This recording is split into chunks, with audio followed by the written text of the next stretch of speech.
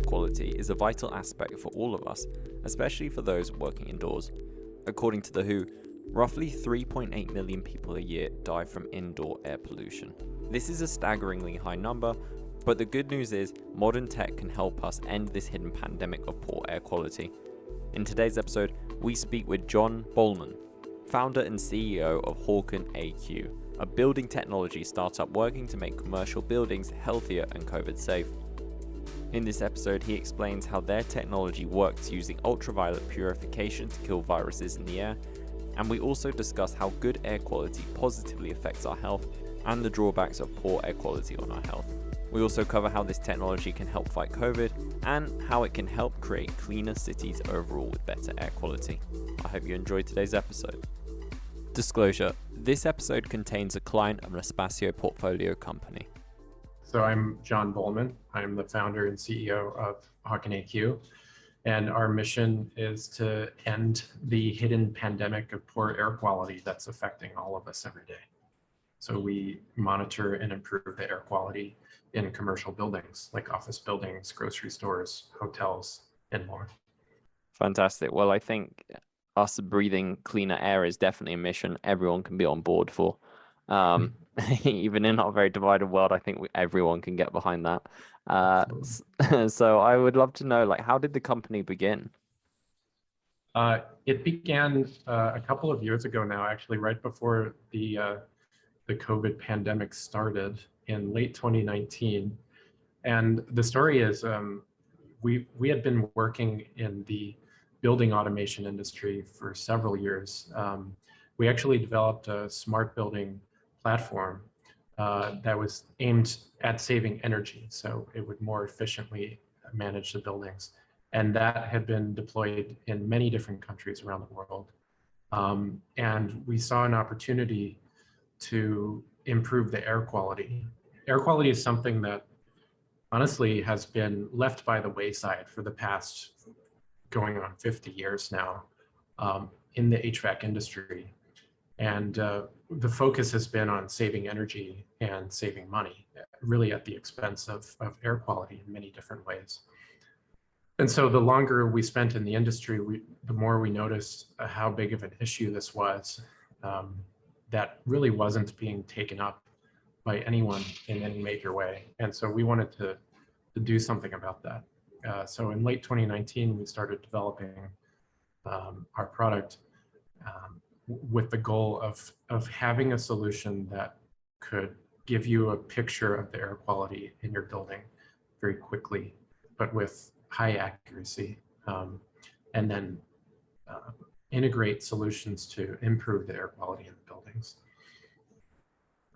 Yeah, I suppose air quality is something that can be easily forgotten because as long as you're able to breathe and you're not dying, then most people, I suppose, forget about it or forget the quality they live in. I mean, I live in quite a contaminated kind of city when it comes to pollution. And it's not until I go out into the countryside that I realize that difference. And it's just such a stark difference. And it impacts everything. It impacts your emotions, your feeling, your desire to take deep breaths. And that obviously impacts so much more than just your lungs, your breathing. I mean, there's tons of do out there that focus on just breathing. It's not something so simple that you can obviously just do it. That we all do it, obviously, and we do it in our sleep. But the fact that it can have such a profound impact on our well-being and our health, I think is something that we often forget about. Yeah, absolutely. COVID has kind of woken us up to some of the important impacts of good air quality. But there are so many ways it impacts your health. And even beyond your health, like your mood, your sleep quality, your cognitive performance throughout the day, your ability to think clearly. All of these we're finding out now because of research that's been going on this topic. We're finding out how much good air quality impacts your health for the better, and poor air quality is really a big detriment to every area of your life. So we're excited that people are becoming more aware of this issue. Yeah, it's definitely an important one. Now, I'm not sure to what extent I'll be able to understand this because I'm not the most technical of people. Certainly when it comes to like air quality technology. But I would love to just like touch on like how does the technology you use work and how do buildings use it exactly? Yeah, absolutely. I'll do my best to explain it, the whole system. So what we've developed is a suite of air quality sensors that can measure anything that's important to good air quality. So CO2, particulates floating around in the air, harmful chemicals, anything like that. And so we have sensors that really anyone can install in the building. They're very easy and simple to install. And what they do is pull the air quality data from your building into our app. And from there, you have an instant picture of the air quality in your building. So we can tell you what the air quality looks like. We actually benchmark it against international standards for what good air quality is from EPA and CDC in the US, BREEAM and others in the UK, and more international standards.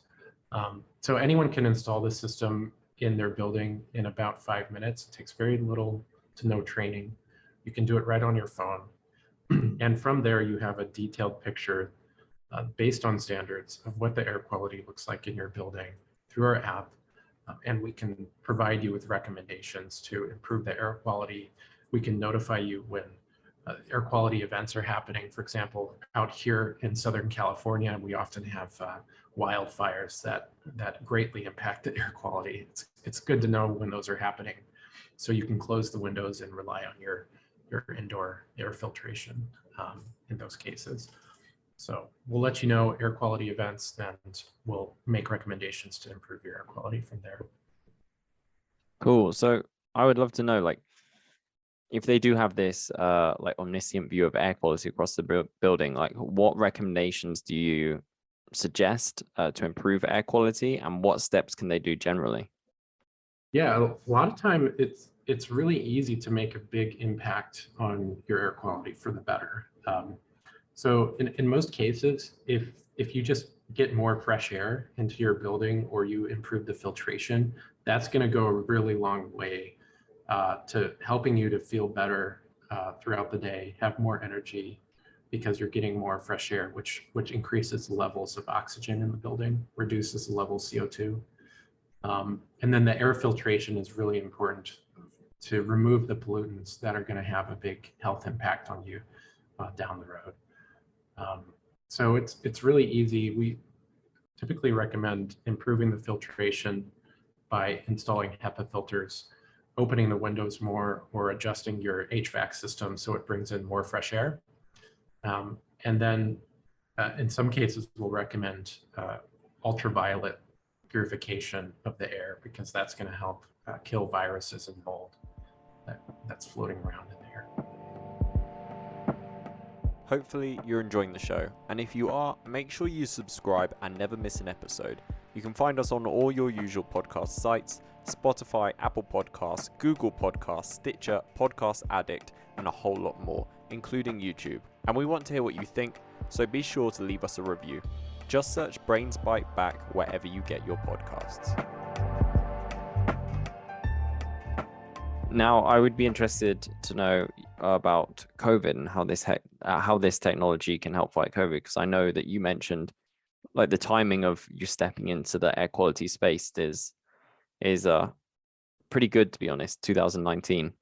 So that was just before obviously COVID took off. How does it help fight COVID, or how can it help in this battle?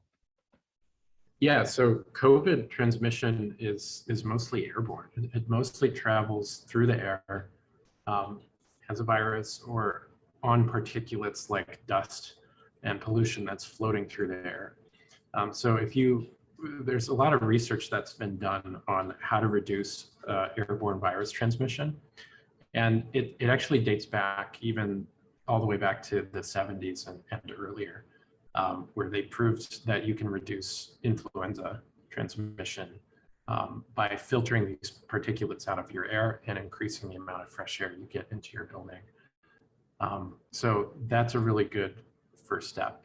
And then you can go a step further by adding UV, ultraviolet purification to your building, or new technology called bipolar ionization, which serves to directly deactivate the viruses that are in the air by destroying them chemically. So you can combine all this, and you have a really strong toolkit to use to fight COVID and other types of, airborne viruses. People forget that influenza, the flu, is still around, and, and there's many other types of sicknesses that transmit primarily through the air, and we can reduce the impact of all of these by improving our air quality.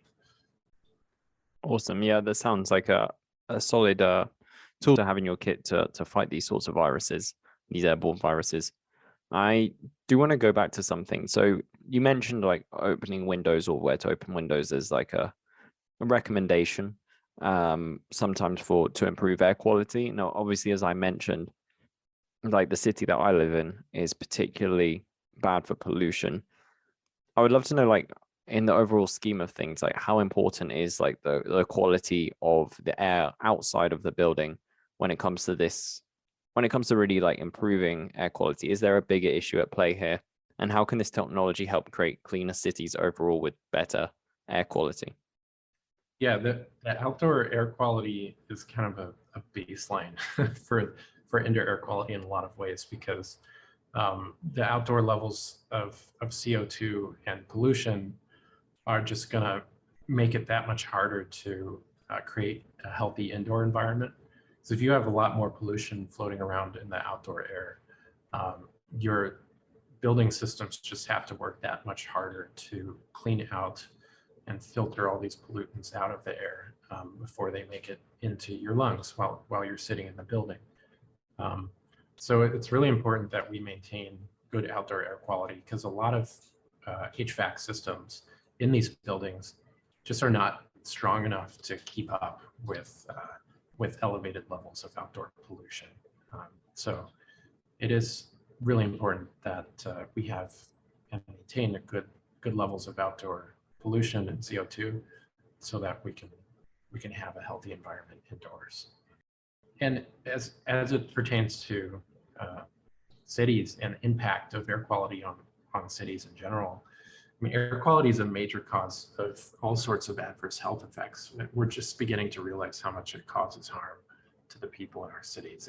It's a leading cause of death in many countries, because the pollution, especially the type of pollution that's prevalent in cities from car exhaust and industrial applications, it's small enough to directly enter your bloodstream, and it builds up, and over time it basically poisons your blood. So addressing this is a major importance to any city that's serious about the health and productivity of their population.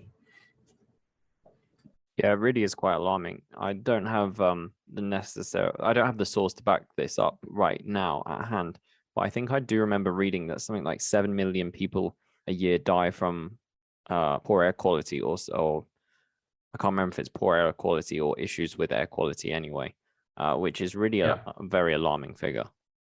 Yeah, Harvard has an entire department exclusively dedicated to researching the health effects of indoor air quality, and they've found many things in agreement with what you said.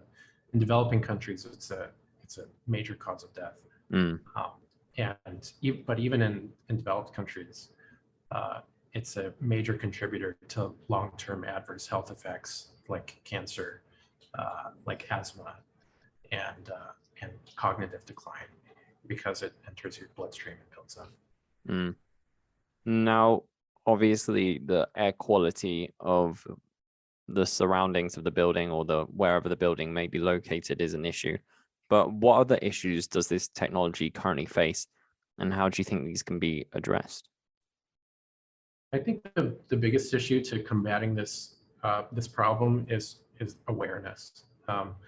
People in developing countries are very much aware of how important good air quality is, because it's really kind of in their face. But in developed countries, we've gotten comfortable with the assumption that our air quality must be really good, right? It must be really good. When we're sitting in the office all day, we're probably okay. The air isn't going to kill us. But actually, the research has shown that you should be much more concerned about this, especially in terms of the long-term effects of how it's impacting your lifespan and the health issues it can cause in the future for you. So awareness of this issue, it's really an important aspect to how we're going to combat this in the future. Because if people aren't aware of it, we're not going to do anything about it. So people need to be aware that you're going to live a longer, healthier life if you're not being poisoned every day by the building you're sitting in, right? And it's starting to enter the public discourse now, but we need more of it. Fantastic. Yeah, I hope that this conversation extends that, and I'm glad that the work you're doing, brings more awareness to this issue. Now, on that kind of topic of the work you're doing, what is next and what's on the horizon for Hawken AQ? Yeah, so next, ironically, we're kind of going full circle. We're working to tackle the issue of the energy footprint of buildings. So buildings are about 30% of the carbon footprint worldwide. So if you can make an impact on that, on the energy footprint of buildings, you're going to make a huge impact on energy usage worldwide. So we're working on something that will reduce the carbon footprint of most buildings by 20 or 30%, even if they're really old and hard to upgrade, which is key. And the trick of doing this right is doing it while still maintaining a comfortable and healthy environment for the humans that are in the building. Most systems in the past have sacrificed health for energy savings.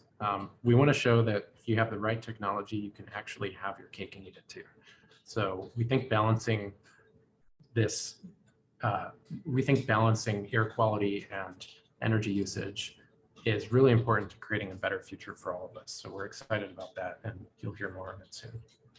Fantastic. Well, I'm really happy to hear that the work you're doing potentially will lead us to solutions which we desperately need answers to, or solutions for anyway. And those are all my questions for now. I would be curious to know, the name Hawken AQ, where did that come from?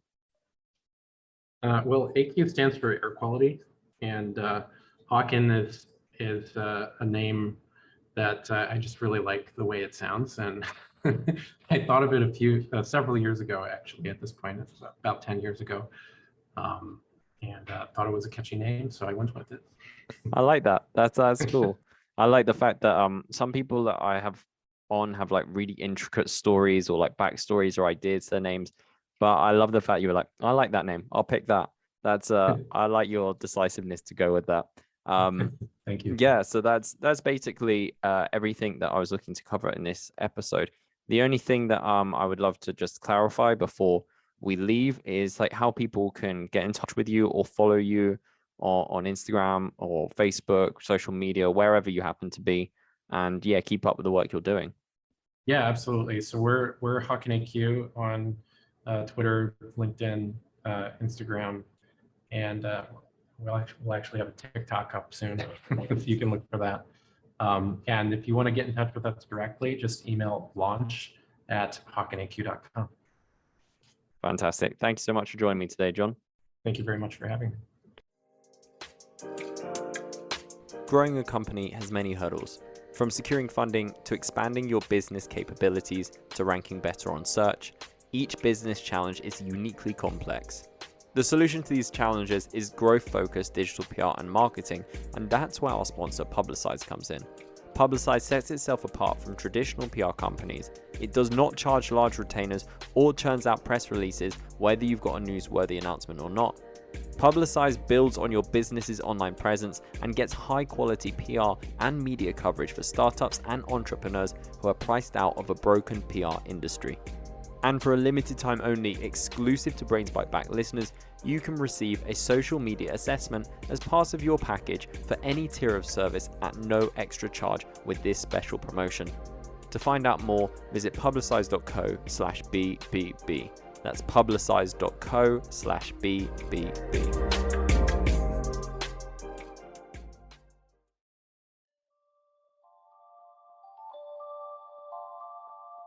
This is the end of today's show. Thank you so much for listening. If you like this and you want to hear more episodes just like it, then follow and subscribe to Brains Bite Back wherever you get your podcasts.